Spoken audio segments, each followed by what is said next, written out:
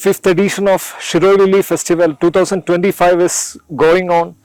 It was after 2 years of break, we are back, and wonderful programs are being happening in this Jorjeng area of Ukul, this adjacent to Shirui village. There has been dedicated activities of adventurous sports, like many of activities you can see in the background as happening. So I just wanted to be witnessing it, participating it. So I just wanted to encourage those people. This time we are putting more focus on the responsible part of tourism. The responsible tourism we are promoting. So we all are aware that single-use plastic has been banned here, and we have put a lot of garbage bins and dustbins along with bamboo, wooden and disposable. So please make sure that when you are leaving your place, keeping it clean, and make sure you are the next person, like how you wanted to be treated.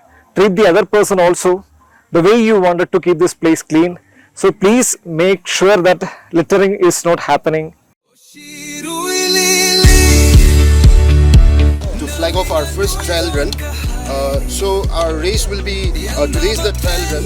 We will select the sitting run according to today's result. Go!